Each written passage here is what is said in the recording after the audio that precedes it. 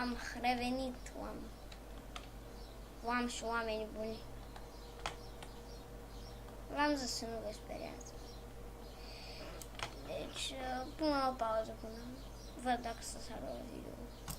Deci am revenit, oameni buni, nu știu câți bani am, cum am uitat la un video. Cu am 58.000, frate. Deci ne luăm Omega Dropper și Omega Dropper. Și acum avem toate dropperele și no, vedeți acum n-are cum să intre. Permiți tu să zici ceva super bine? Stai că pun puțin pauză, că vreau să mi iau un pahar de suc. Deci am revenit. Aici avem 100.000. Termin tot Tycoon, cu ăștia, mă. Weapon room. Flash custom.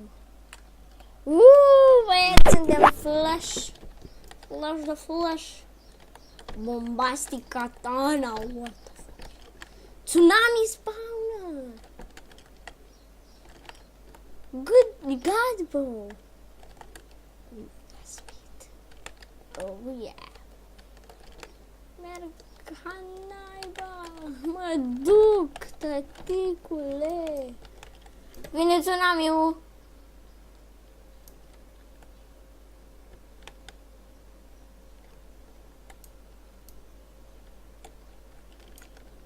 Vine tsunami-ul.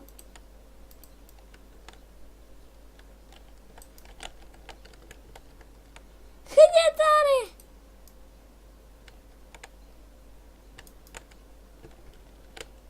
Fie, nu? Să omoară pe ăsta. Hai să văd.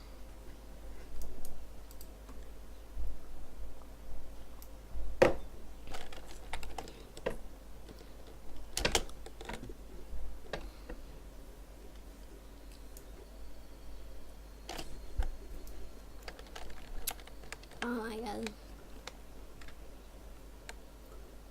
Bullshit.